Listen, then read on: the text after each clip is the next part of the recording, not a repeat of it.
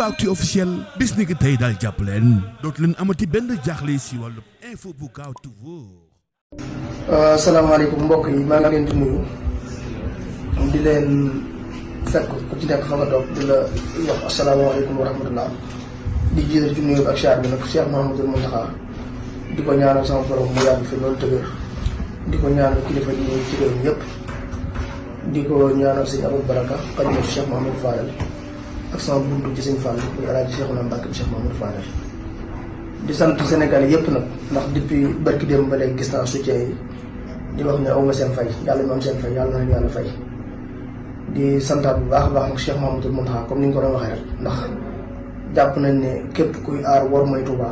ñun nga ciy jàppale suñ mënoon yëkkati xaalis fay la sax dañ la koy fay ndax jàpp nañ ne ñun amuñ lu dul Touba comme ni ma ko waxoon démb barki démb rek dëkk boo xamante ni bi muy nekk village ki fii Cheikh Mouhamadou Fadel njëkkate comme chef de village kooku mooy suñu maam direct kon jàpp naa ne dëkk boobu duñ fa doxandéem kon mënuñoo bàyyi ba 2024 ay doxandéem ñëw di ñu jàngal lan mooy war mooy Touba di ñëw ci vidéo bu gàtt nag benn démenti boo xam ne dama koy def damaa dégg léegi kiñ naan suñ Dame Soda Fall muy ku ma respecté di ku ma nawloo ma dégg mu wax ne démb jot nañ Cheikh Thioro ba mu jégalu waaye ndigal li ñu amoon mooy dem këram taal ko sakkaasi ko génne ko Touba mooy xamal Sénégal yépp ne waxul dëgg man amul kenn ku ma jot ba di ma lay jégalu ndax jàpp naa ne amul kenn ku ma tooñ bay jégalu te bu fekkee ne damaa tooñ bëgg naa ñu wax ma lan laa tooñ ak kan laa tooñ ndax li ñuy wax ne damaa def marche ci dëkk bi bëgg naa kenn indi benn vidéo boo xamante ni Touba lañ def manifestation ñu gis ci Cheikh Thioro ndax manifestation bi ma woote woon Mbàkke laa ko wootee te bu 15 heures jotee Mbàkke lañ ma gis bi manifestation bi jeexee dañoo ñëw ma nekk sama kër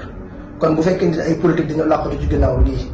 bëgg ci régler seen règlement de compte ñoom nañ ko lijjantee feneen fu dul fii mooy xamal Sénégal yépp ne mbir yi leer na ndax Dame Soda Fall